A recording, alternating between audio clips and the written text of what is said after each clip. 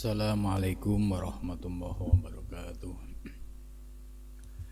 Ila khadratin Nabil Mustafa Rasulillah sallallahu alaihi wasallam wa ala ikhwanihi minal anbiya wal mursalin wal awliya wasyuhada wasyolikin wal malaikatil muqarrabin, khususun sunaf handal kitab Syekh Muhyiddin Ibn Arabi wa khusun sahih masayyihim wa khusun Laumul Fatihah.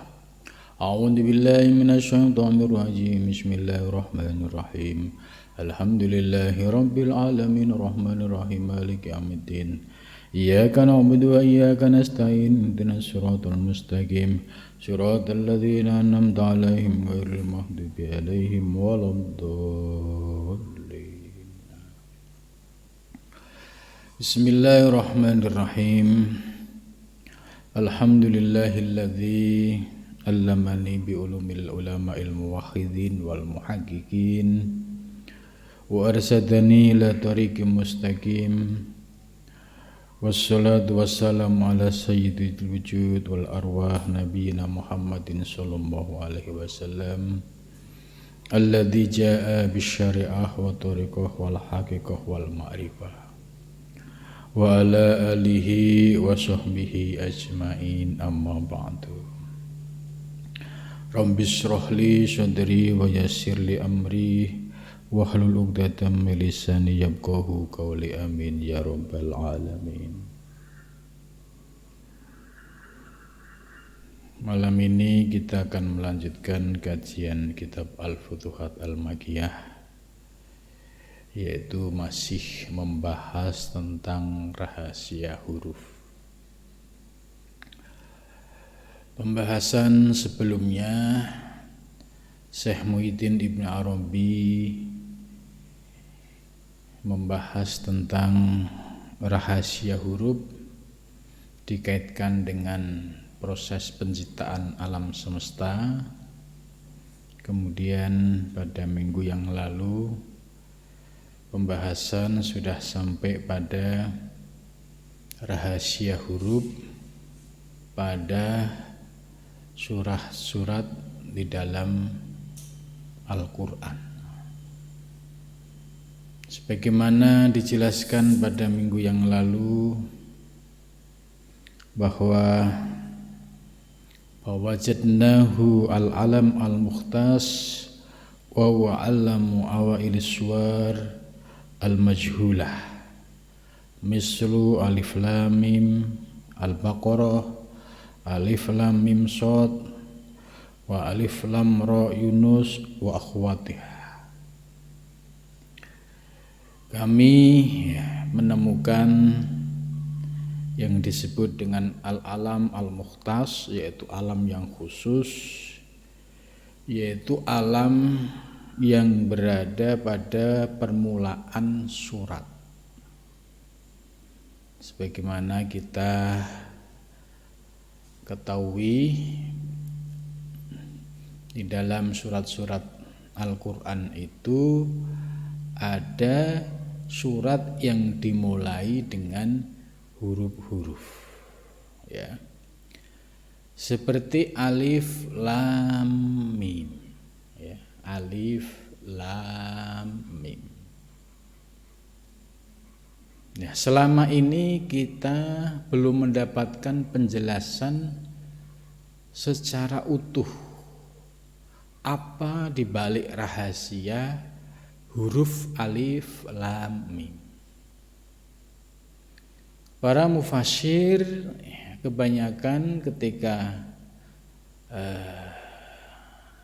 menerjemahkan alif lam mim atau menjelaskan alif lam mim selalu menggunakan Allahu a'lamu bimuradih, ya, dikembalikan kepada Allah karena Allah yang maha tahu tentang maksud alif lam mim.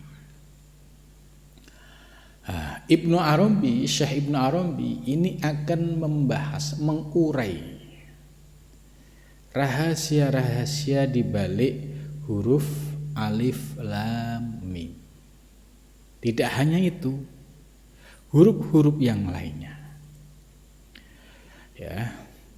Kalau sebelumnya tadi sudah saya sampaikan, Syekh Ibnu Arabi sudah membahas rahasia huruf terkait proses penciptaan alam semesta sampai proses unsur air, api, angin, tanah, ya, ini pun semua terkait dengan rahasia huruf, yaitu huruf hijaiyah. Dan itu sudah dibahas pada pembahasan sebelumnya. Nah, malam ini kita akan melanjutkan pembahasan yaitu rahasia huruf-huruf dalam muqaddimah surat, yaitu seperti alif lam mim. Alif lam mim itu ternyata ada di beberapa surat. Yang pertama Al-Baqarah, yang kedua Ali Imran juga ada alif lam mim. Yunus juga ada alif lam mim. Surat Hud juga ada, Yusuf juga ada, Ibrahim juga ada. Kemudian Al-Ankabut juga ada, Al-Hijr juga ada, Ar-Rum juga ada, Luqman juga ada, As-Sajdah juga ada. Alif lam mim. Kemudian selain alif lam mim ada apa saja? Yaitu alif lam mim ro, ya, tambah ro. Ini ada pada surat Ar-Ra'd, ya. Kemudian ada lagi tambahan alif lam mim shad. Ini ada pada surat Al-A'raf. Terus ada kaf ha ya ain shad, ya. Ini pada surat Maryam. Kemudian ada lagi to sin, itu An-Naml dan Asy-Syu'ara. Kemudian ada to sim mim, ya, pada surat Al-Qasas, ya. Kemudian ha mim. Ha mim ini ada pada surat Ghafir, Fussilat, Zukhruf, Dukhan, Al-Ghasyiyah dan Al-Ahqaf. Kemudian ada ha mim ain sin qaf, ya, itu ada pada surat Asy-Syura. Kemudian ada qaf dan juga ada nun. Nah, itu semua sudah disampaikan oleh Syekh Ibnu Arabi, ya, di dalam penjelasan sebelumnya, bahwa huruf-huruf itu memiliki makna asrar, makna yang tersembunyi. Nah, maka di sini seperti fal natakallam ala alif lam mim, ya, surat Al-Baqarah ayat 1, allati hiya awwalus suratin mubhamatin fil Qur'an. Itu sebagai awal surat yang dipahami di dalam Al-Qur'an, kalaman mukhtasharon, sebagai kalam yang singkat, min tariqil israr, dari jalan asrar, yaitu rahasia. Maka dalam kesempatan ini kita akan, ya, bahas bagaimana Syekh Ibnu Arabi menjelaskan rahasia alif lam mim. Kemudian Syekh Ibnu Arabi juga menjelaskan la yash'uru biha ila ahli kasfi, tidak bisa memahami, mengungkap rahasia-rahasia alif lam mim ini kecuali ahli kasfi, yaitu orang-orang yang terbuka mata batiniahnya. Ya, kemudian berikutnya kita langsung kepada pembahasan alif lam mim, ya, supaya sebagaimana dijelaskan tadi apa rahasia huruf yang ada pada alif lam mim. Waslun. Al alif bermula alif, min alif lam mim, dari alif lam mim, surat, ya, ini Ar-Rum ayat 1, ya. Ini isyaratun ila tauhid. Jadi alif lam mim, alifnya itu isyarah ila tauhid. Ya, alif itu kan berdiri. Ya, simbol keesaan, simbol ketauhidan. Ini dari makna rahasia alif dalam alif lam mim. Kemudian berikutnya wal mim dan mim, ya, alif lam dan mim. Ini yang dibahas setelah alif kemudian mim. Lil mulki alladzi la yahlik, yaitu bagi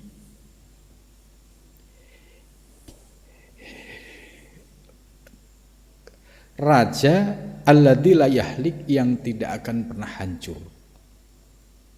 Ya, simbol singgasana ilahiyah, kerajaan Tuhan, ya istilahnya itu, yang tidak akan pernah sirna, hancur. Sedangkan selainnya akan sirna dan hancur. Nah, terus yang belum adalah lam. Apa makna lam? Walam bainahuma wasitotun, lam antara alif dan mim itu wasitoh. Wasitoh itu sebagai pertengahan. Litakuna robitotan bainahuma, yaitu sebagai penyambung antara alif dan mim. Ya, lamnya ini sebagai wasitoh dan sekaligus berfungsi sebagai robitoh. Fangdur, maka lihatlah ila satri alladzi yaqa'u alail khat, yaitu lihat pada baris yang ada di dalamnya, yaitu minal lam, fatajitu al alif ilahi, maka akan menemukan alif ilahi kepadanya, yantahi asluha, watajidul mim, dan akan menemukan mim minhu, darinya, yabtadi'u naswuha. Summa nunazzil min ahsani takwim, kemudian kami turunkan dari sebaik-baik bentuk, ya, wahwa as-satru ila asfalis safilin, yaitu dari baris menuju paling rendahnya derajat, asfalas safilin. Muntaha ta'rikil mim, qala ta'ala khalaqnal insana fi ahsani taqwim summa radadnahu asfala safilin.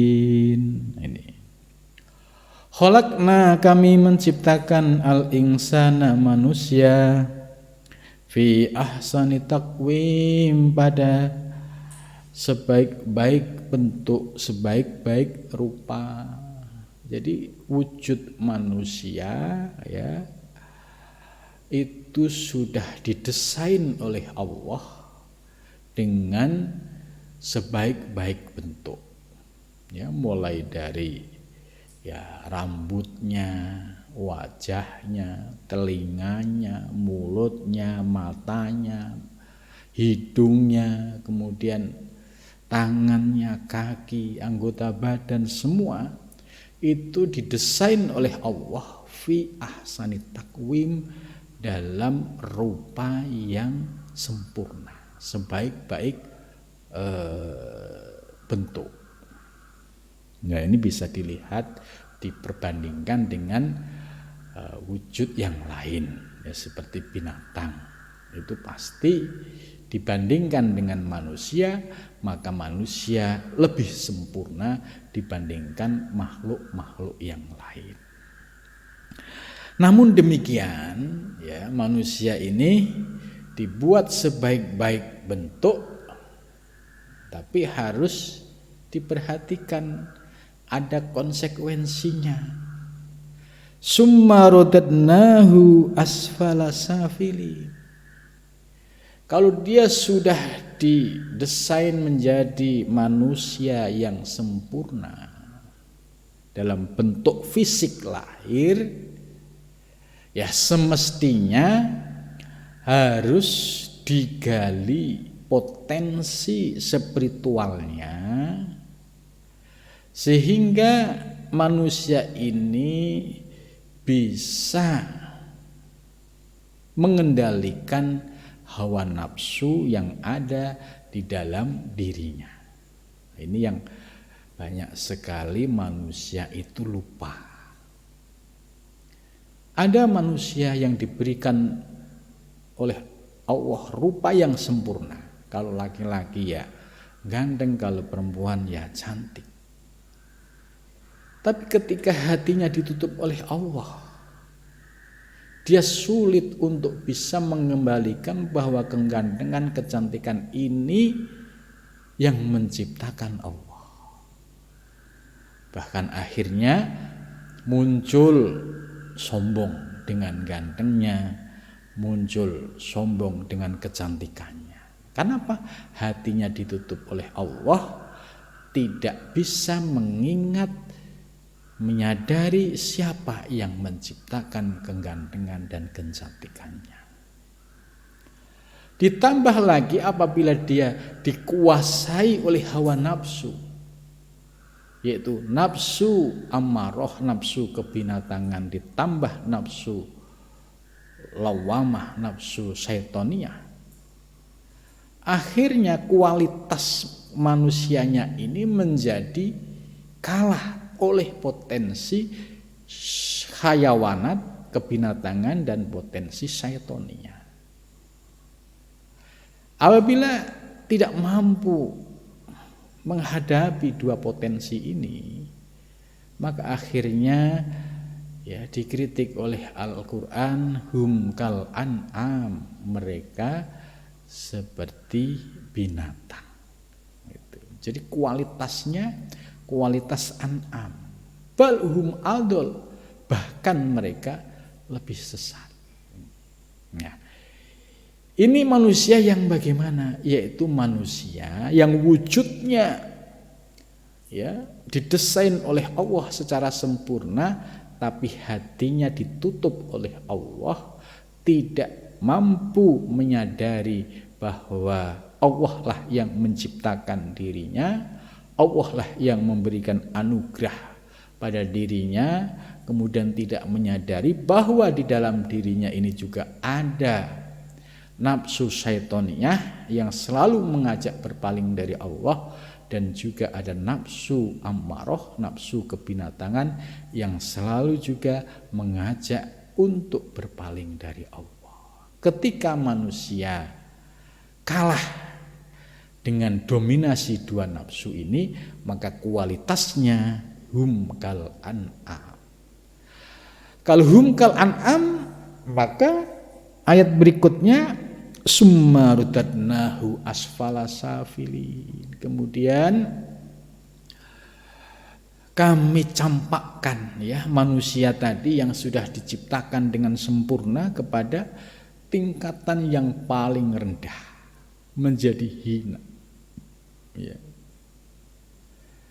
Hal ini bisa terjadi baik di dunia maupun di akhirat, baik masih hidup maupun setelah meninggal.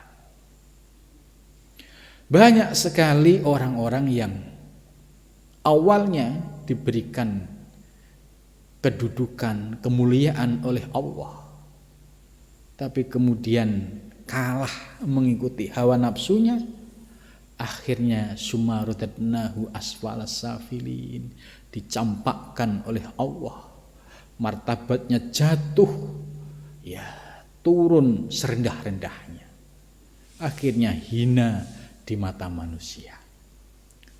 Jadi di dunia pun Allah mampu membolak-balikkan derajat seseorang ini. Maka ketika kita fi ahsani taqwim, ini harus disyukuri.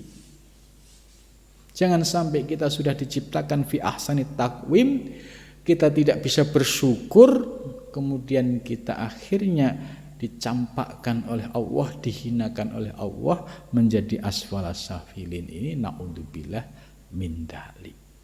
Ya, jadi ayat ini, penjelasan ini ya sebagai uraian dari rahasia alif lam mim, ya bahwa alif itu sebagai simbol tauhid, kemudian mim itu sebagai simbol ya singgasana ya kerajaan ilahiyah, ya bahwa semesta ini ya alam muluk ini ya adalah sebagai alam yang diciptakan oleh Allah Subhanahu wa taala, Allah sebagai raja alam semesta.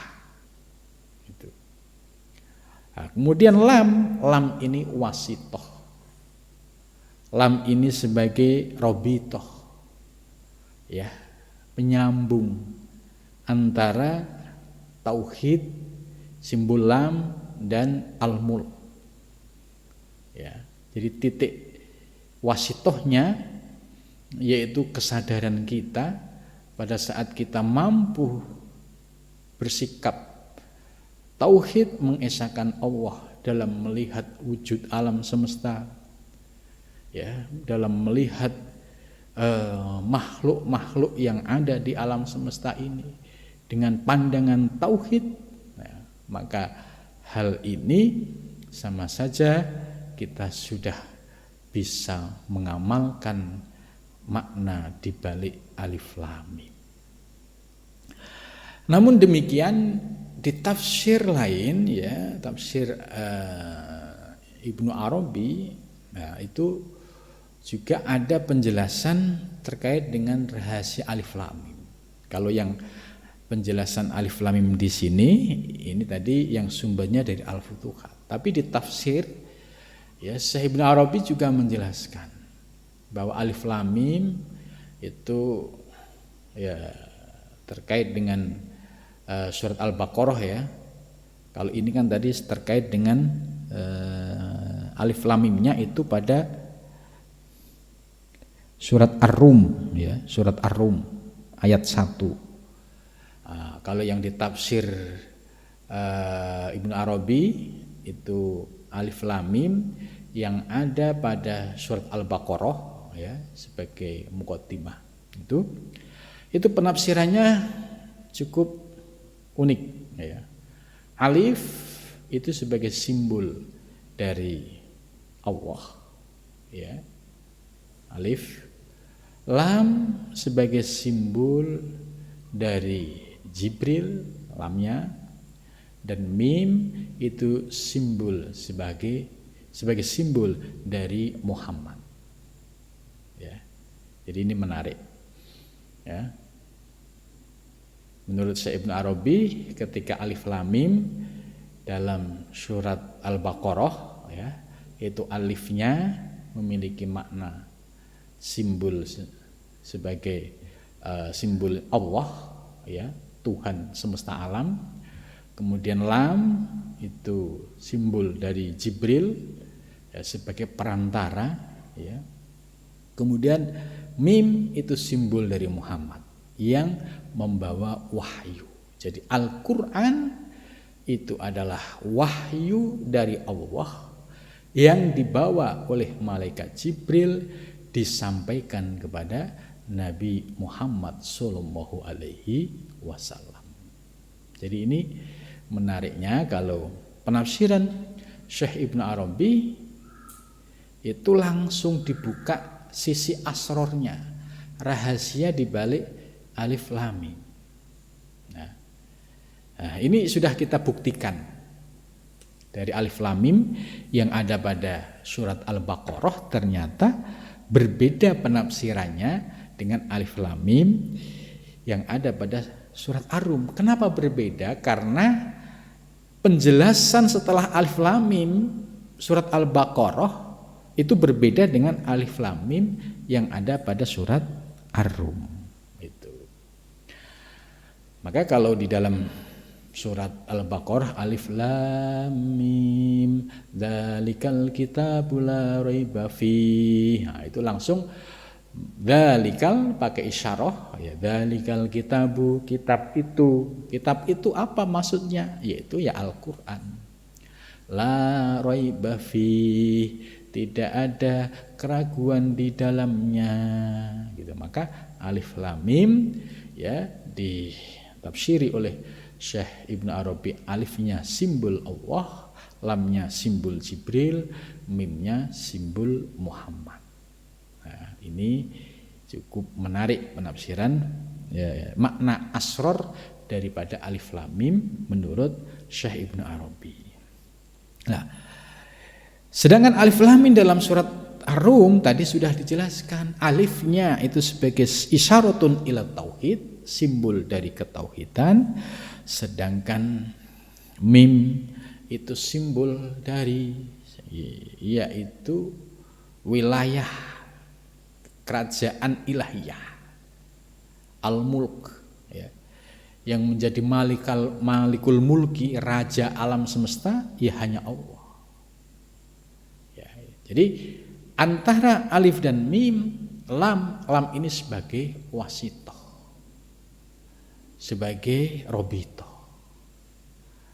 Nah, karena itu dalam memahami ayat ini, Syekh Ibnu Arabi kemudian mengutip ayat yang berbunyi khalaqnal insana fi ahsani taqwim summa radadnahu asfala safilin. Ya, di sini menunjukkan bahwa manusia itu diciptakan oleh Allah secara sempurna, ya, baik secara rupa, tapi bisa berubah, ya, bisa menjadi asfala safilin apabila manusia ini tidak mampu mensyukuri apa yang diberikan oleh Allah kepadanya.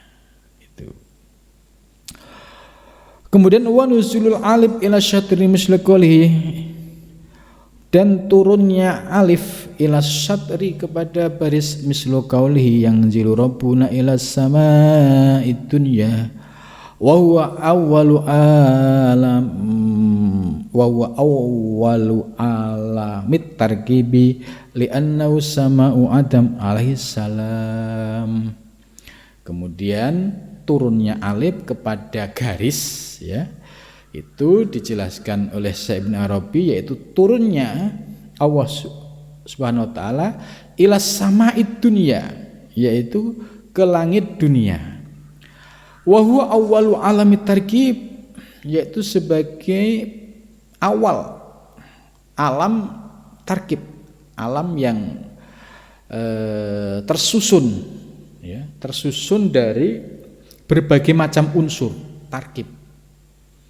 Nah, seperti alam dunia ini sudah disebut alam tarkib, ya, karena materialnya itu tidak lepas dari unsur api, air, angin, tanah. Nah, ini tersusun dari berbagai macam unsur tarkib, ya. Contoh seperti air, itu kan susunan dari oksigen, ya, dan hidrogen. Nah, ini akhirnya membentuklah air. Begitu juga tanah, udara, api, itu juga sama, susunan-susunan dari beberapa unsur. Dan ini sudah dijelaskan di awal oleh Syekh Ibnu Arabi. Maka disebut sebagai alamut tarkib. Termasuk diri kita, ini wujud fisik manusia, ini juga sudah fi alami tarkib, ya, tersusun dari unsur 4 tadi, air, api, angin, tanah. Maka ketika ruh diambil oleh Allah, ya, jasad ini, ya, akan kembali kepada asalnya, yaitu kembali kepada tanah. Itu. Nah, li'annahu sama'u Adam alaihissalam, ya, disebut alamut tarkib karena itu sebagai sama'u Adam, langitnya Adam alaihissalam. Karena, ya, setelah Adam diturunkan di dunia, ya, ini mulai berproses akan terjadinya kehidupan di alam dunia ini. Wa yalihi falakun nar, dan di sampingnya ada bintang falakun nar, yaitu api. Falidzalik nazala ila awalis satr, karena itu turun kepada awal garis. Fa innahu nazala min maqamil ahadiyat, ya, sesungguhnya itu sebagai proses turun dari makom keesaan ila makomin ijad. Jadi dari makom keesaan menjadi makom ijad. Ijad itu makom perwujudan alam semesta. Ya, ini maksudnya bahwa alam semesta dulunya tidak ada. Ya, alam semesta dulunya tidak ada, termasuk diri kita dulunya juga enggak ada. Menjadi ada karena diadakan oleh Allah. Alam semesta juga sama, dulunya tidak ada, diadakan oleh Allah. Lah sebelum alam ini diadakan, dulunya tidak ada. Maka yang ada hanya yang maha ada. Siapa yang maha ada? Yaitu Allah. Ya, dalam hadis qudsi dijelaskan, kuntu kanzan mahfiyan, ya, aku perbendaraan yang tersembunyi, ya, fa inni uhibbu an u'raf, aku ingin dikenal, fa khalaqtul khalqa, maka aku ciptakan makhluk. Nah, khalqa makhluk ini, ya, ketika Allah ingin dikenal, maka makhluk ini diciptakan. Jadi siapa yang menciptakan makhluk? Ya Allah. Kemudian fabi ya'rifuni, maka denganku pula, dengan anugerahku pula, ya'rifuni, dia mengenalku. Ya. Maka kalau ada hamba, ada khalq, ada makhluk kok sampai enggak mengenal Allah, ya ini yang merugi. Tapi kalau kita menjadi bagian orang yang diberikan anugerah fabi ya'rifuni, ya, maka dengan anugerahku dia mengenalku, ya alhamdulillah, berarti kita masuk pada bagian dari penjelasan hadis ini. Ya. Jadi ketika sebelum ada alam semesta, ini disebut makomul ahadiyat, makom keesaan. Jadi kuntu kanzan mahfiyan, ini makom ahadiyat. Kemudian setelah itu fa inni uhibbu an u'raf, aku ingin dikenal, fa khalaqtul khalqa, aku ciptakan makhluk. Lah, proses fa khalaqtul khalqa ini masuk pada ila maqamin ijad, yaitu turun pada makom penciptaan berupa wujud alam semesta seisinya, termasuk diri kita yang menjadi bagian alam semesta. Ini dari ahadiyat menuju makom ijad. Jadi dengan demikian kita bisa memahami bahwa aneka ragam kehidupan alam semesta ini, ya, ini dulunya tidak ada, menjadi ada karena Allah lah yang mengadakan. Pada saat ada, maka fabi ya'rifuni, bersyukur orang-orang yang diberikan anugerah lahir batin, dengan ilmu Allah kita bisa melihat wujud alam semesta sebagai tajalli zuhurul haq, bisa memandang, mengembalikan kepada Allah. Tapi bagi orang yang diberikan anugerah makom awam, ya dia hanya mengetahui bahwa alam ini ya ciptaan Allah, tapi tidak mampu sampai memandang sebagai madhar wujudul haq. Ya, ini. Jadi tingkatan rezekinya berbeda-beda. Ada juga makhluk, ya, diciptakan oleh Allah, tapi ditutup mata hatinya. Melihat wujud alam semesta, dia tidak kenal Tuhan, menjadi ateis lah dia. Menurut dia alam semesta ini ya sebagai wujud proses secara alami, nggak ada keterlibatan Tuhan. Nah, maka bersyukurlah dari peta ini kalau kita termasuk orang yang senang ilmu tauhid, senang ilmu hakikat, berarti kita menjadi bagian dari fabi ya'rifuni, yaitu orang-orang yang mendapatkan anugerah ilahiyah bisa mengenal Allah Subhanahu wa taala. Itu. Makanya di sini menggunakan fa innahu nazala min maqamil ahadiyat ila maqamin ijad al khalifah, maqam ijadil khalifah, ya. Kalau kita sudah wujud seperti wujud yang sekarang ini, ya, ini dengan kata lain wujud kita ini sebagai khalifah fil ard. Ya, kita membawa peran masing-masing. Untuk apa? Ya, untuk membuat kehidupan dunia ini menjadi dinamis. Jadi wujud ijad yang berupa alam semesta ini, ya, dan dengan segala seluruh ciptaannya termasuk makhluk, ya, berupa manusia, binatang, tumbuhan, ya, ini bagian menjadi ila maqami ijadil khalifah, ya, sudah menyandang sebagai khalifah fil ard. Seperti kita ini, setiap diri kita itu juga khalifah, memiliki peran masing-masing. Ada yang peran khalifahnya sebagai ustadz, ya, ada yang peran khalifahnya sebagai tukang insinyur, ada yang peran khalifahnya, ya, sebagai siswa, mahasiswa, santri, ada yang khalifahnya di muka bumi ini, ya, sebagai pemimpin. Nah, ini semua memiliki peran kekhalifahan masing-masing. Gitu. Kemudian selanjutnya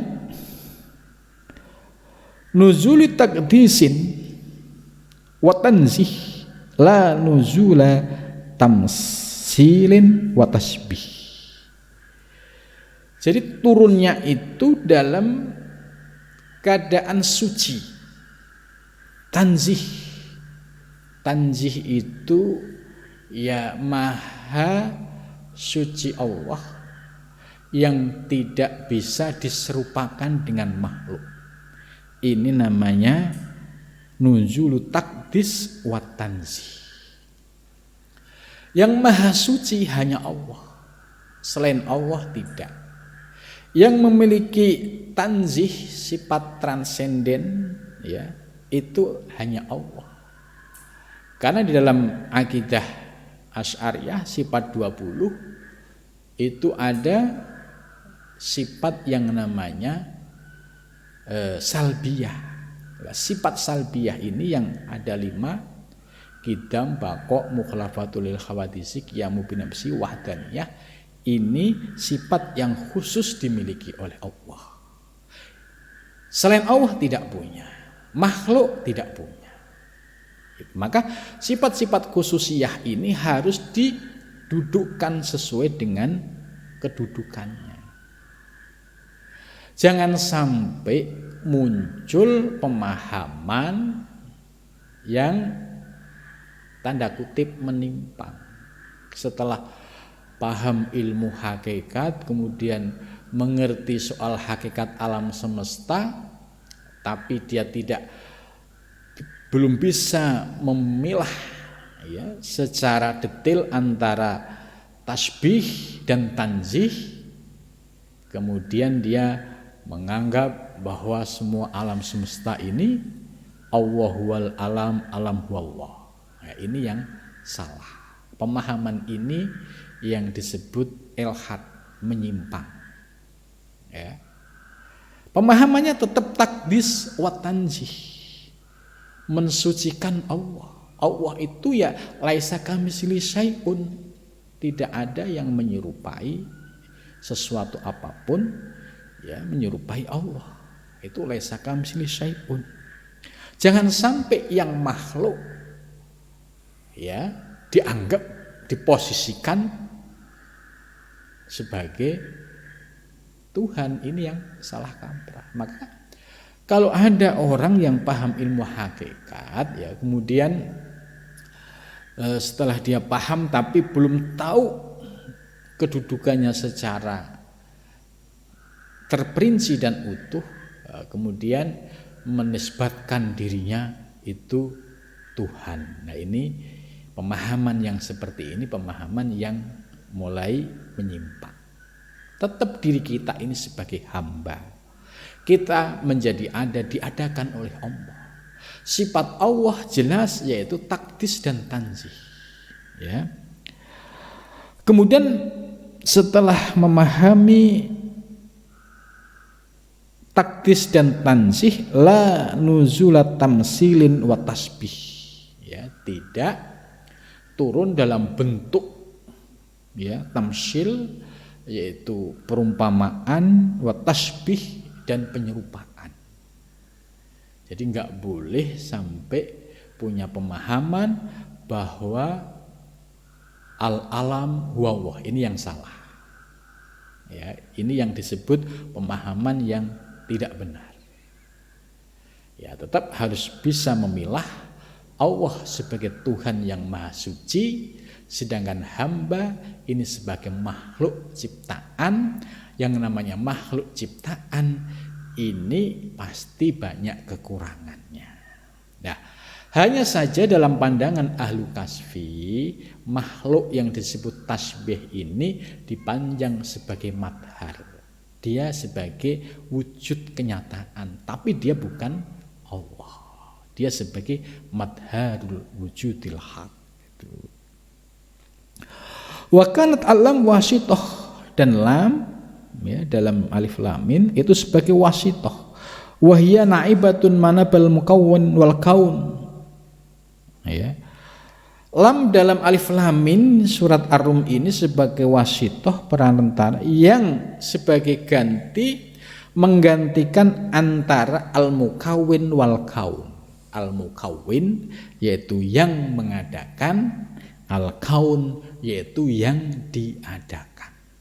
Al-mukawwin itu Allah yang mengadakan alam semesta, sedangkan al-kaun yang diadakan yaitu wujud alam semesta. Nah, ini simbol lam sebagai wasitoh naibatun manabil mukawwin wal kaun.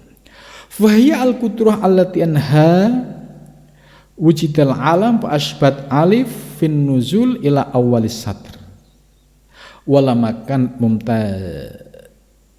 mumtazajatan minal mukawwin wal kaun fa innahu la yatashifu bil qudrati ala nafsih innama huwa qadirun ala khalqih. Ya. Jadi ketika sudah Allah menciptakan ya dengan wujud alam semesta, seperti Allah memiliki sifat kudrah, kuasa, yatashifu bil kudrah, Allah disifati dengan sifat kudrah alam nafsih pada dirinya, wa innama huwa qadirun, dan sesungguhnya Allah itulah yang memiliki sifat qadir. Qadir itu yang berkuasa. Jadi kudrah itu sifat, sedangkan qadir itu menunjukkan isim fa'il, Allah lah sebagai yang kuasa. Fakana wajul kudrah mansurfan ilal khalqi, maka rupa dari kudrah yaitu ya adanya wujud alam semesta. Ya, maksudnya begini. Di dalam sifat wajib 20 ya ada nafsiyah, ada salbiyah, ada ma'ani, ada maknawiyah. Ma'ani itu yang 7 sifat. Mulai dari kudroh, irodah, ilmu, hayat, sama, basor, kalam. Kudroh, irodah, ini semua pakai isim masdar, menggunakan bentuk masdar. Allah memiliki sifat kudroh. Ya. Wujud kudrohnya apa? Yaitu adanya alam semesta. Maka ketika sudah wujud alam semesta, sudah berubah menjadi qadirun, Allah yang menciptakan. Ya, jadi kudroh itu sifat potensi yang dimiliki oleh Allah. Setelah wujud menjadi wujud alam semesta, ya ini baru namanya qadirun, Allah yang berkuasa.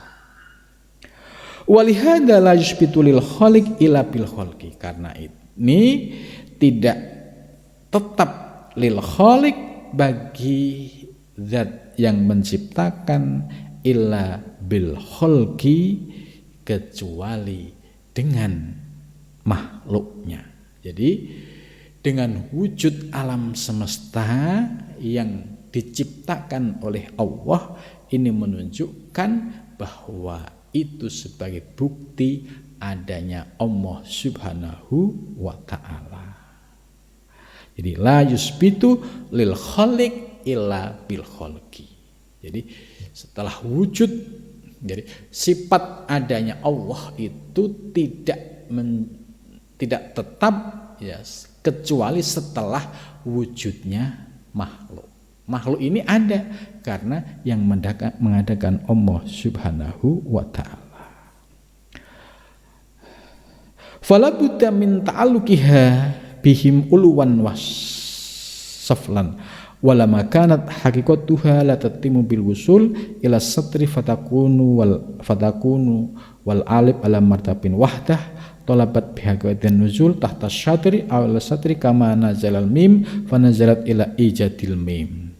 Nah, kemudian selanjutnya dari penjelasan ini ada yang menarik. Fatakawwanal alam kulluhu min awwalihi ila akhirihi, ya. Kemudian alam menjadi ada semuanya dari awal sampai akhir fi sittati ayyamin, dalam 6 hari. Min awwali yaumil ahad, dari dimulai hari Ahad, ila akhiri yaumil jum'ah, sampai akhir hari Jum'ah. Wa baqiya yaumus sabti, dan tersisa hari Sabtu, lil intiqalat, karena perpindahan min halin ila halin. Ya, jadi hari Sabtu ini sebagai intiqalat, perpindahan min halin ila halin wa min maqamin ila maqamin. Itu. Wal istihalat min kaunin ila kaunin sabitun ala dzalika la yazulu wa la yataghayyaru. Walidzalika kana al-wali ala hadzal yaum al-birtu wal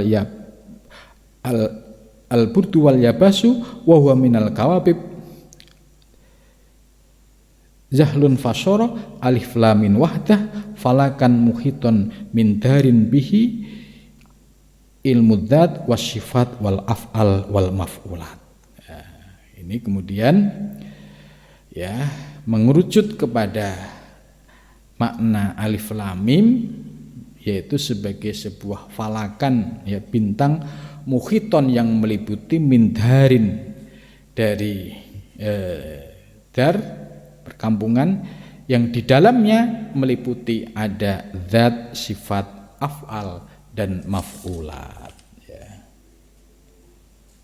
Maka barang siapa yang membaca faman qara'a alif lam mim bihadil haqiqat, maka barang siapa yang membaca alif lam mim dengan memahami penjelasan dari sisi hakikat, wal kasfi, dan penjelasan dari sisi mukasafah, hadoro, maka mampu menghadirkan bilkul, dengan semuanya, lilkul, bagi semuanya, ma'alkul, serta semuanya. Ini kalimatnya cukup dahsyat ini. Jadi barang siapa yang membaca alif lam mim mampu memahami rahasia di balik alif, lam, dan mim, ya, dengan memahami aspek hakikatnya, kemudian diberikan anugerah mukasyafah, terbuka mata batinnya, maka pada saat itu hadhara bil kul lil kul ma'al kul, maka mampu menghadirkan bil kul dengan totalitas, dengan segalanya, bil kul lil kul. Jadi ini kalimat-kalimat yang sangat filosofis, ya.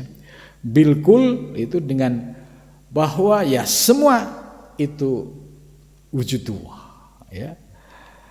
Lil kul bagi semuanya. Kul itu ya semua sama wujudullah.